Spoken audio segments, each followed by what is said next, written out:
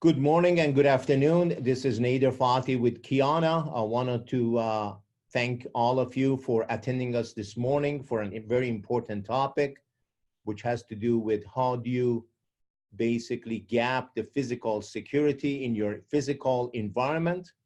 We are very excited to have David Duvary, which is the Managing Director of Pinkerton, as our guest speaker today. What we're going to do, we're going to talk about some of the challenges, some of the also solutions out there in the market. And at the end, we will have time for some Q&A. I encourage all of you to submit your questions. We will make sure at the end we will have time to go over that. With that, I am going to pass it to David to give you an update about himself, Pinkerton, and some of the challenges and solution he sees in there. Good morning, David. You have the floor. Go ahead, please.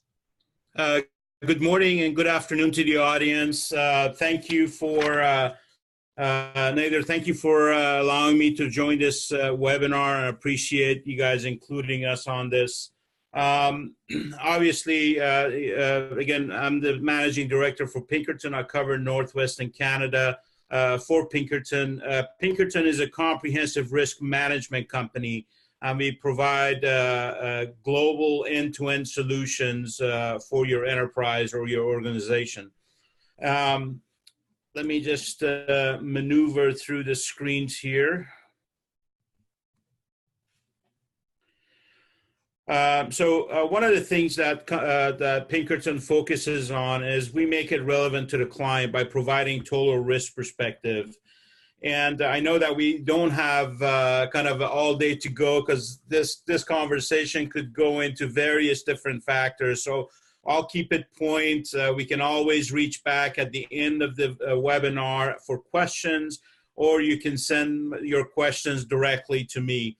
So welcome to all the guardians of the enterprise. Thank you for joining us. So today we're going to pretty much focus on potential gaps in your enterprise risk programs.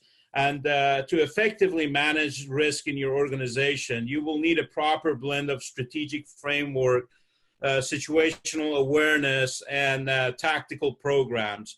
And really is today we have selected the top 3 out of the 5 Ds for analysis. Sorry, we're going too fast for this. If you can go back to the previous slide, here we go. It's deter, detect, deny, delay, and defend. And these are some of the, basic programs are in play for NIST and CPTED. I'm sure everybody is aware of. So one of the things that we're looking at is for deterrence. Really, it's a psychological battle. It's the perception of control. It has to do with people's, the systems, and the framework that you have for your organization to be able to manage risk effectively. Detect, obviously, again, another timely and relevance. You have to have systems and people in place. It has to do with awareness and training. And deny, obviously, it's a system, and people, again, has to do with devices, physical security posture, policy, and procedures. Now, when you go through and getting an understanding of certain things that has to do with these 3 elements, the top 3 and the 5 Ds, and the top, you're talking about the psychological battle. So really, some of the things that we are finding out while doing risk assessments, doing enterprise assessments at clients and different companies is that people are causing some of those impacts. And, we're not talking about insider threat. It could be part of it. But what we're finding out is just people are just too nice. They're allowing piggybacking into organizations to happen, tailgating. They don't challenge others that are unfamiliar or unknown for the whole idea of they maybe become or perceived rude. Really, is really training people and really preventing those type of factors. Obviously, it's very important when you're dealing with an open campus or an open environment where anybody can walk into your grounds before they hit your buildings, it's hard to manage that. There's a lot of different factors that could impact your organizational value when you're dealing or having an open campus. So really, when you look at deter, detect, deny is the stepping stone into preventing or reducing your risk exposure and creating business impact. So really, when you get into protecting your organization, let's assume that the middle blue box that you're looking at in the slide is your organization. And so during a risk assessment process, we would first determine facilities security levels, like, low to high risk. Is this an environment or a building that's an R&D facility? Does it have important organizational values in this building? Does it have really things that are really impacting your organizational value? So when you're looking at things, this is part of the structural risk that you see on the graph on the right side, is that things that could be placed to be able to measure the levels of this particular building. And then the next is identifying facilities baseline countermeasures. It's the basics protections, right?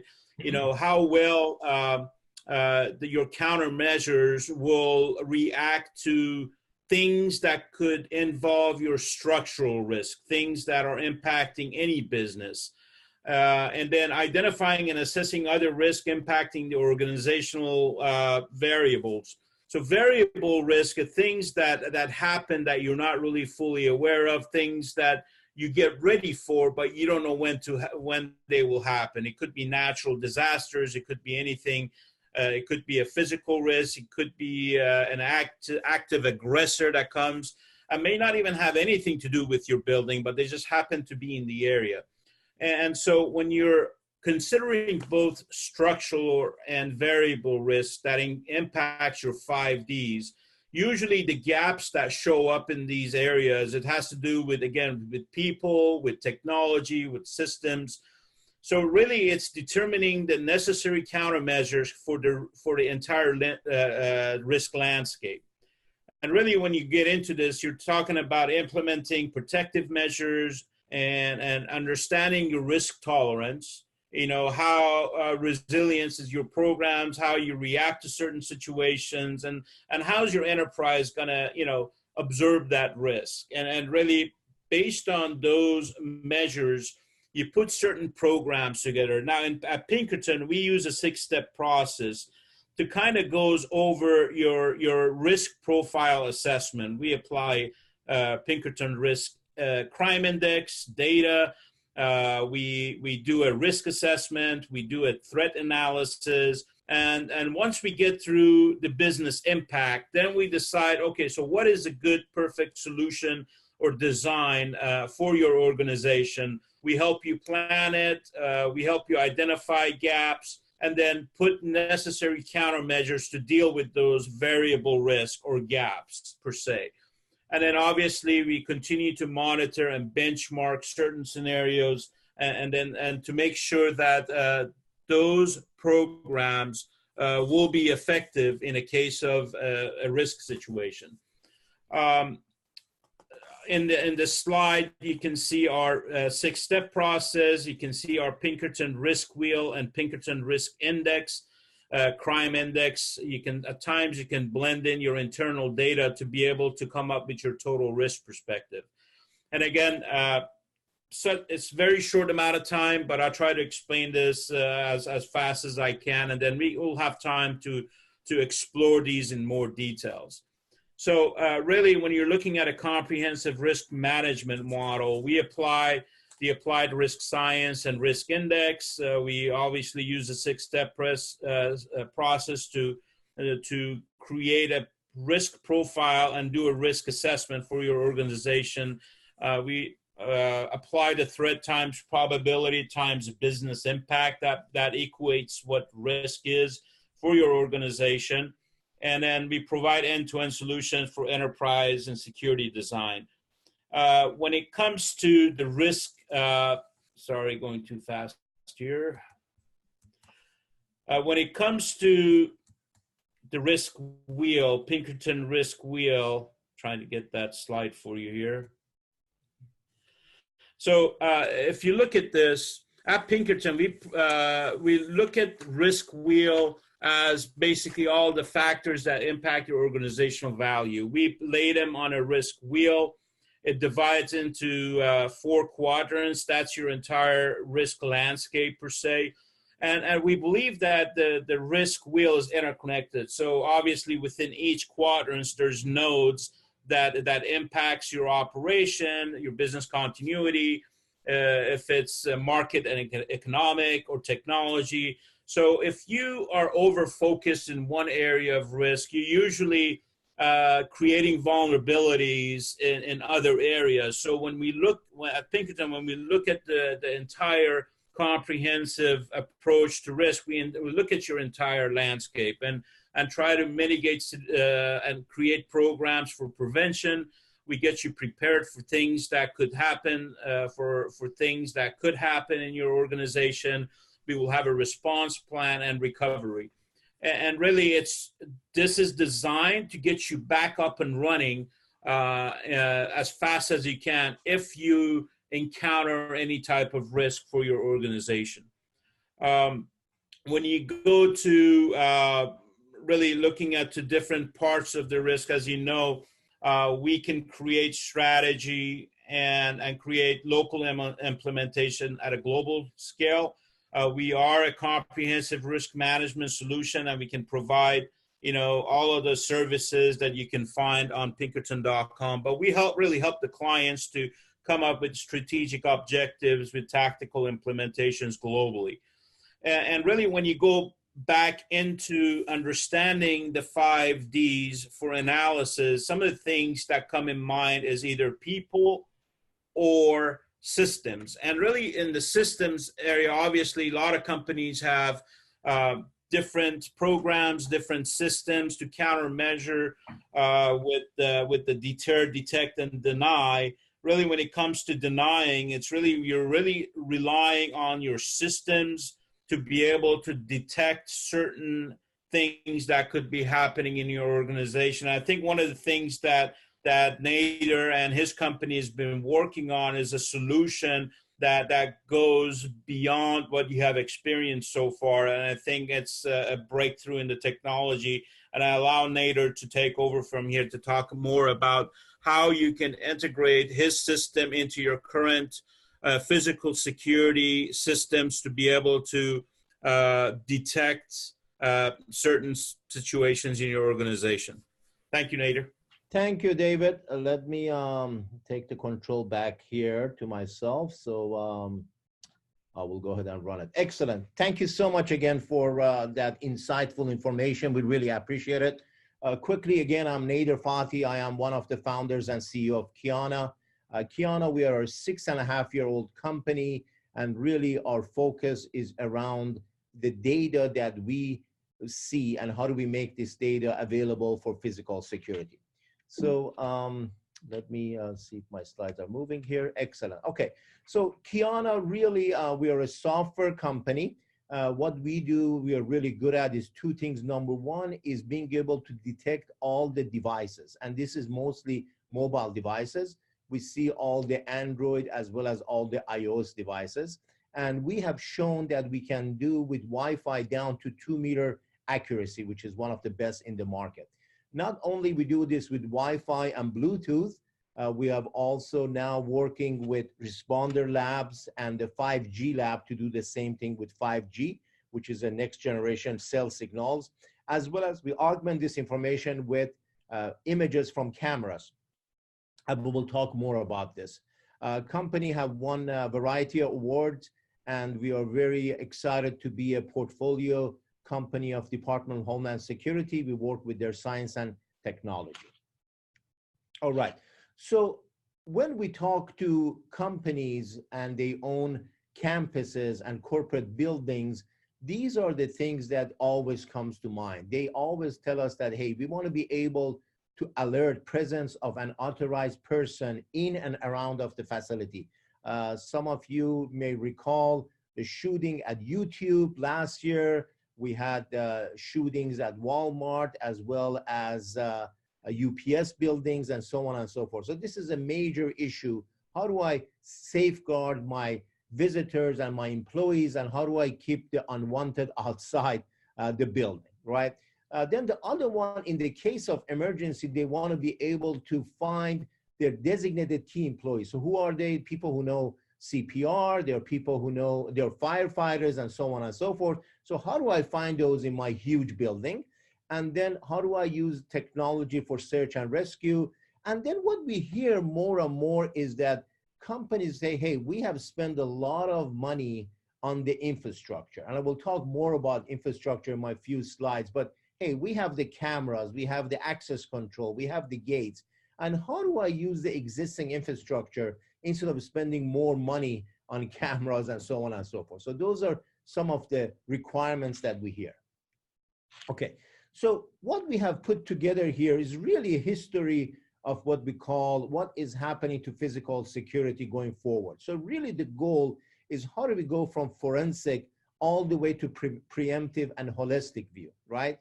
So if you look at on the bottom, this is basically putting fence around the building. You're building a fence and you're hoping nobody is going to climb it. Then we went to basically guards. Guards are important, but then you of course have to manage them, you have to hire them, you have to train them. So it's really human intervention. Then you really go to remote surveillance. So this is when we install cameras, alarms, access controls, and whatnot. So this is really what we see most of companies doing today, which basically what we call the response speed is not very fast, and the information is really not flowing as fast as you want. Now, really what we see the industry is going is what we call integrated and alert, right? So how do I bring in real-time data? How do I really drive situational awareness? And then down the road, I want to be able to use machine learning, artificial intelligence, and really the latest technology in IoT, Internet of Things, to be able to preempt and act, right? So this is really when we call digital identity and intelligence. So how do we really go from build and hope all the way to being able to preempt and act? That's really what the goal is here. Again, going from forensic to preemptive.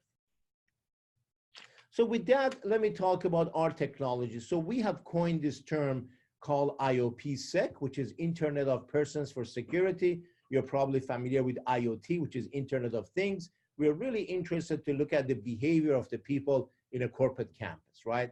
So the way technology works with the Wi-Fi is that really all is required for the Wi-Fi to be on. When that happens, then we can see how many people are passing by a building. So for example, if the Wi-Fi see this person at 3 seconds, it means this person is walking through a location. We can see the dwell time.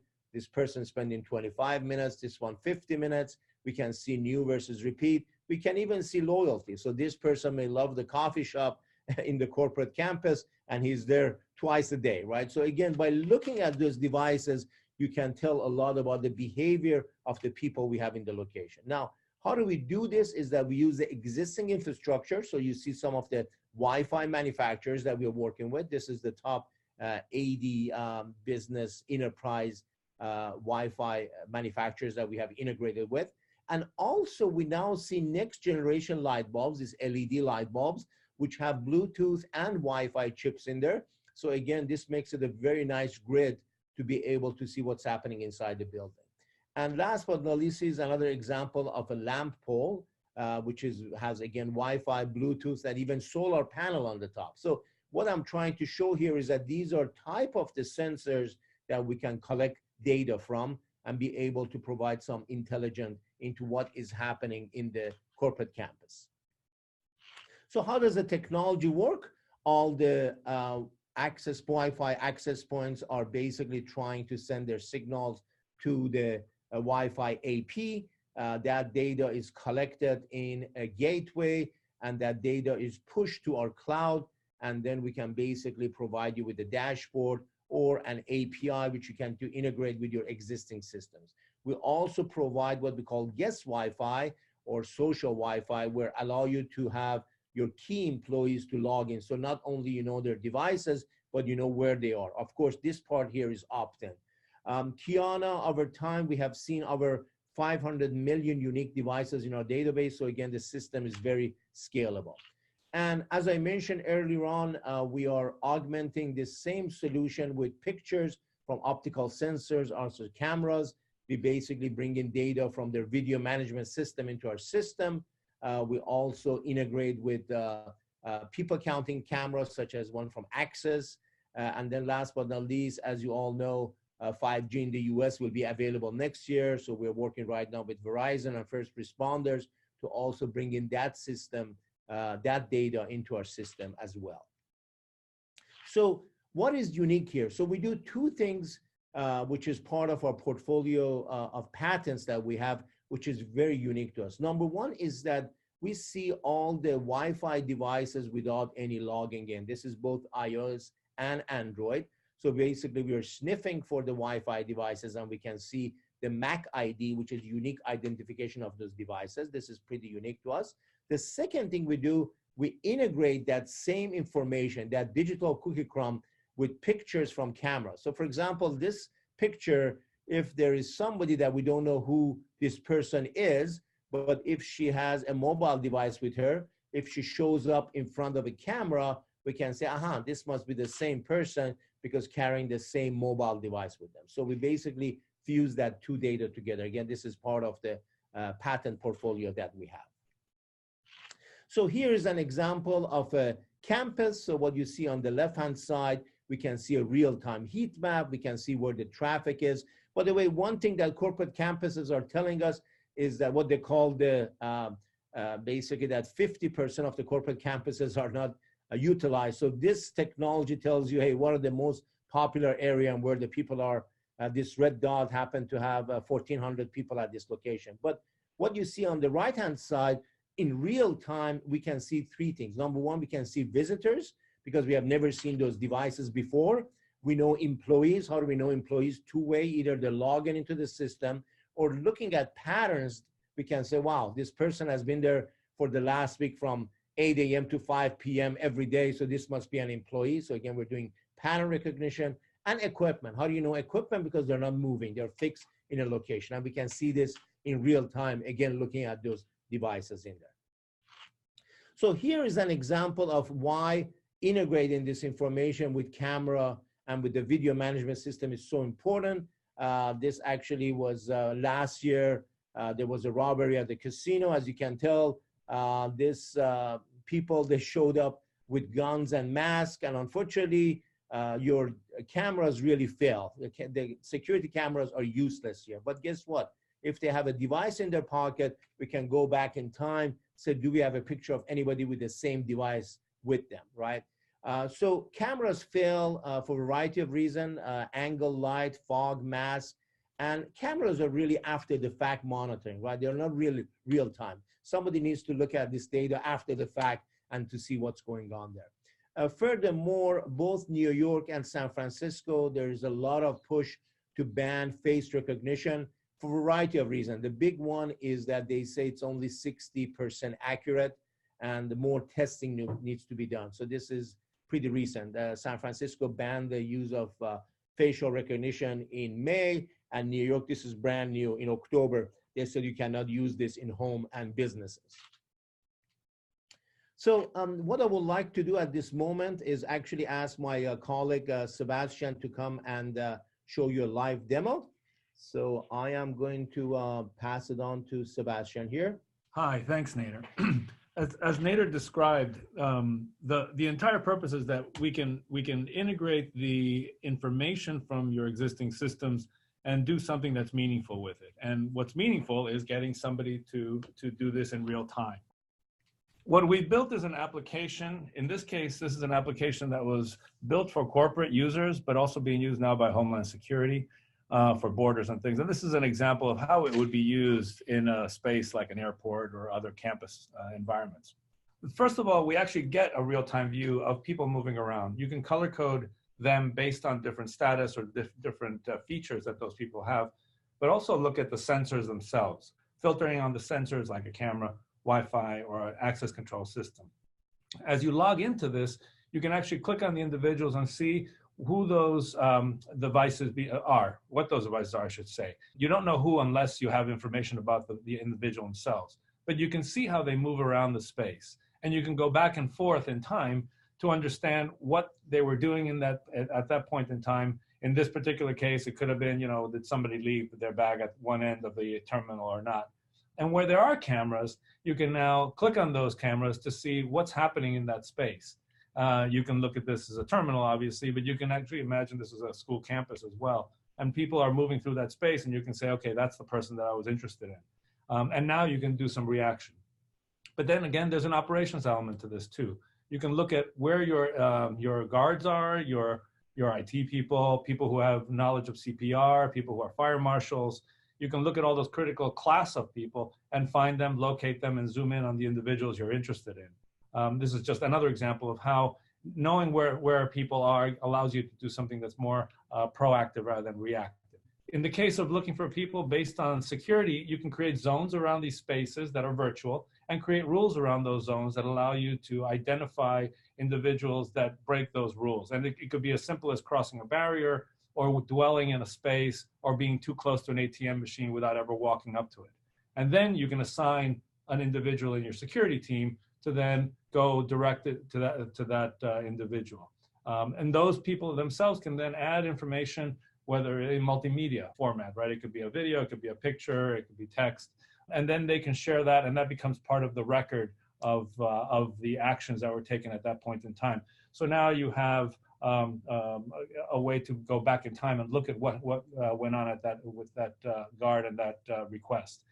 The guards themselves have an application like you're seeing here, which they themselves also can visualize the space around them. So this is that situational awareness information. Alerts will be sent, to other guards if a particular guard can't deal with that particular issue. And this also goes into the record, but more importantly, it allows you to do something that's very real time.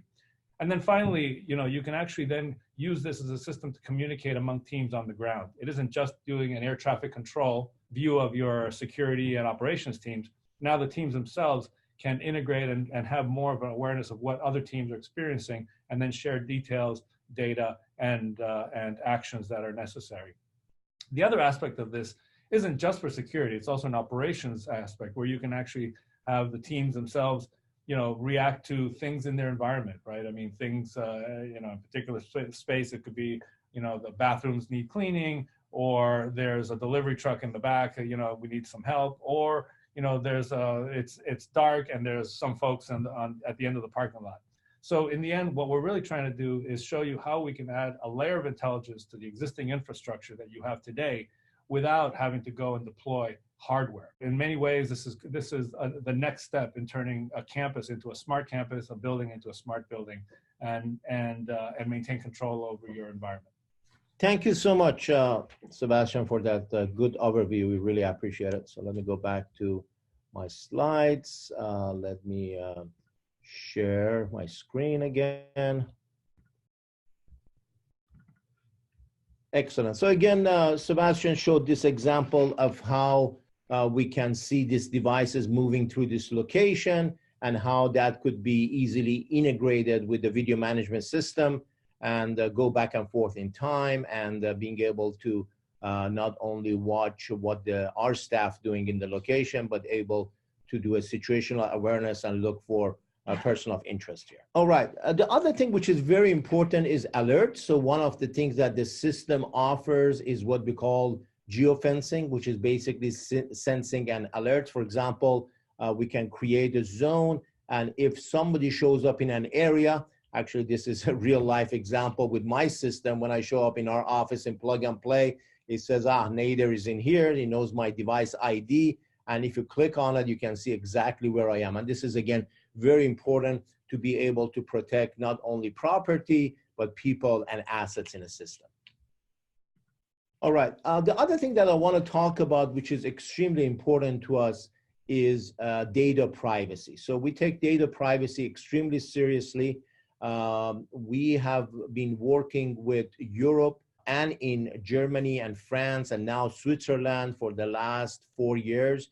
So we are very familiar with GDPR. GDPR is the General Data Protection Regulation in Europe, which we are compliant. And as some of you in California know as well, California also passed a similar law called California Consumer Privacy Act, or CCPA, which basically tells you that this data needs to be guarded and only people with the right authorization can look at, and you have this option of deleting this data if you're not interested. So again, Kiana, we only capture device ID. Those device IDs are hidden, and as I mentioned, only the right people with the right privileges can look at that data. To summarize here, before we get to the Q&A quickly, security continues to be the #1 issue worldwide. This is not a US issue, this is a worldwide issue. A security market in the US is like a $30 billion market. Kiana, we have been working on this solution for the last 6.5 years. And as I mentioned, I've processed over 500 million devices in about 50 countries worldwide. This technology is protected by some of the key patents that we have in this area. Again, privacy is extremely important to us. We are GDPR and CCPA compliant, and we are extremely excited to be working with the US Department of Homeland Security, Science and Technology. I want to encourage all of you to contact us if you're interested in an assessment. Again, I want to thank Pinkerton and David for joining us. Also, as you can see here, there are 2 links. One is that Pinkerton offers an exclusive complimentary insights, and here's the website for that, as well as they have Insights podcast, which I found it to be extremely helpful. So with that, I am going to look at the questions and ask David, and I'm going to answer some of them myself. So let's look at the list here. Yeah, so we're going to open the questions for those of you who are interested. Yeah, okay, great. Oh, I see. Okay, I see a whole bunch of them coming in. Wonderful. David, maybe you can, maybe I can have you, the first one that you can answer is that what keeps you up at night? Maybe you can share that with the audience here. Sure. So I think from time to time when we ask the clients what keeps them up at night is that they don't want to wake up to something that's delayed, right? They want to stay on top of their organization's risk management programs. They want to be able to react accordingly and timely. So having timely and relevant information is critical to our partners, to our clients. And they want to have a system to be able to be proactive, to be able to pick items. You can't really stop everything all the time. As technology grows, we have learned that, criminal behaviors, interruptions grow along with technology. So just as we are getting smarter, I think people that want to impact organizations, they get smart along. So it's a parallel load that we have to make sure that we're staying on top of. And again, some of the things that keeps people up at night is they want to have a timely and relevant information to be able to react to situations, and really understanding their chemistry and culture of the organization, and how really is that organization going to react to an interruption, to a business impact. And hopefully that there is enough framework in place to be able to deal with that situation, and how fast they can go back into operation once they're finished with that particular issue. Thank you so much, Dave. That was excellent. I appreciate that. I think the next one is for me. What type of Wi-Fi equipment do Kiana support? So as I presented, we work with the top Wi-Fi manufacturers, and the top 4 are HP Aruba, Cisco, we work with Ruckus, we work with Fortinet, as well as there is a group out of Panasonic called Everest, which is actually putting Wi-Fi equipment in stadiums and large places. So we are fully integrated with those. By the way, as a part of that, what does it take to get started with Kiana. Very simple. We need really three things from our customers. Number one, they have to give us a 2D map of the campus. Remember, Google tells us what's outside but not inside. So we need a 2D map per floor. That's number one. Number two, they have to tell us where those access points are installed. We need the latitude and longitude of those access points. This is how we do the accurate location, basically. And then last but not least, of course, they have to open a channel for this data to be pushed to our cloud for all the analytics that we showed you here. We don't put anything on the devices. We don't really push anything. So that is all available to the people there. David, next one is regarding when was the last time a pen test was done at your facility to evaluate your controls? I assume that's a penetration test. So again, when was the last time a pen test was done at your facility to evaluate your controls? Maybe you can answer that, David. Please go ahead. Obviously a penetration testing is an assessment of the countermeasures that are in place. So I think companies, depending on their risk appetite, their risk tolerance, if they're changing different things, if they have new clients with expectations, contractual agreements, really understanding how resilient they are into current systems. And really that it's sometimes clients do it annually to kind of benchmark and see how their countermeasure works, to evaluate the employees' engagement and understanding how to deal with situations like a tailbacking into an organization. So it really depends on the company's risk culture and chemistry. It's usually done once a year to evaluate their programs. It doesn't necessarily have to be a pen test. It could be evaluation or just conducting a risk assessment of their organization to see if they're, for example, their guard force management manual or SOPs are up to date and effective and applies to their business world today. I see. Great. So thank you so much for that, David. There was another one. I think this is for me. How can Kiana technology assist in hazard, natural disaster quadrant of risk? For example, a lot of companies are struggling with business continuity due to California fires. That's actually an excellent question. It's amazing. We live in the heart of Silicon Valley, and some of us don't have electricity, and it's really a massive issue for us. So one of the things we are doing, and by the way, that's the reason that we are working with 5G and also first responders, and the Verizon 5G and first responders. And the reason for that is one of the areas that they're very interested has to do with the earthquake. Not too much fire, but earthquake. And we all in California are very familiar with earthquakes. And what they're really interested, they wanted to see when the earthquake happens, where are the people if a building collapses, right? So when the first responder comes in, they know where to dig. And that's extremely important. So those are examples of how we can help with that information there. Sebastian, anything else you want to add on technology for hazard and natural disaster? In some cases, I mean, obviously, once there's a fire, the infrastructure is destroyed, correct?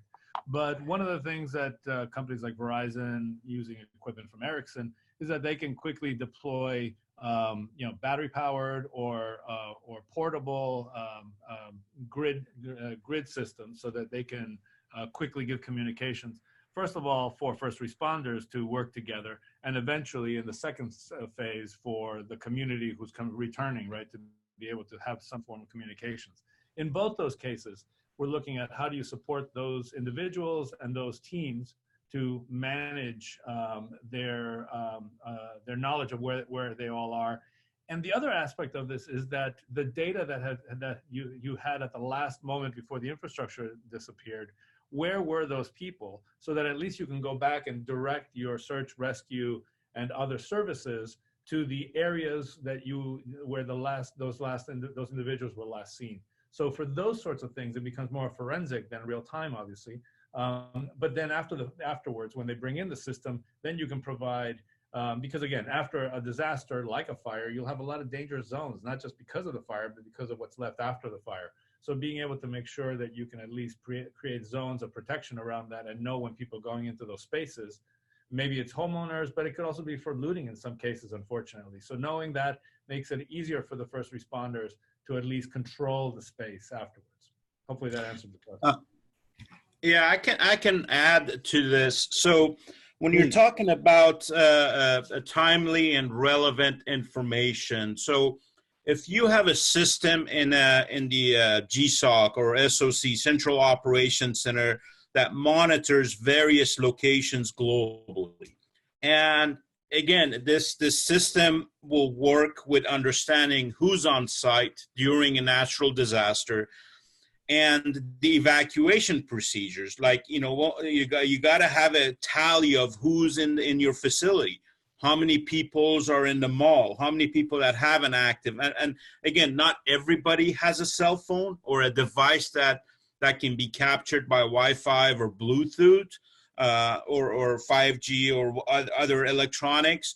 But we're hoping that to help majority of people get out of a situation. When you're dealing with campuses that are in the areas, in collaboration with a Pinkerton intelligence dashboard, you can understand if, because we have wind overlays in the case of a fire or tornadoes or catastrophic stuff that happens with hurricanes. And once we get the wind pattern and it's impacting a certain location, then that SOC can identify the people that are at the campus, and so we can give information to the local security company or guards to be able to evacuate certain number of people out of those situations. So it could both work as a proactive approach and also to be reactive to look for people in a case of an earthquake, for example. Thank you, David. I'm going to have one final question, which is yours, and then we are going to wrap it up. And the question is, do you have a total risk perspective that provides an end-to-end solution globally? I assume that's the one for you, talking about the total risk perspective. Yeah, so Pinkerton offers comprehensive risk management solutions. And we can approach it by either strategy and then build end-to-end tactical solutions at a global scale. And then we're scalable. So we can design a program that's incident-based, temporary, semi-dedicated, and fully dedicated. Excellent. Well, first of all, again, I want to thank all of you for joining us this morning. I really want to thank David Davari from Pinkerton for being our keynote speaker and a guest speaker and the expert. Thank you so much, David. Again, I recommend you look at both Kiana.io and Pinkerton website for any questions, and looking forward to our next event with David and the team here. Thank you so much. Thank you for having me. Goodbye.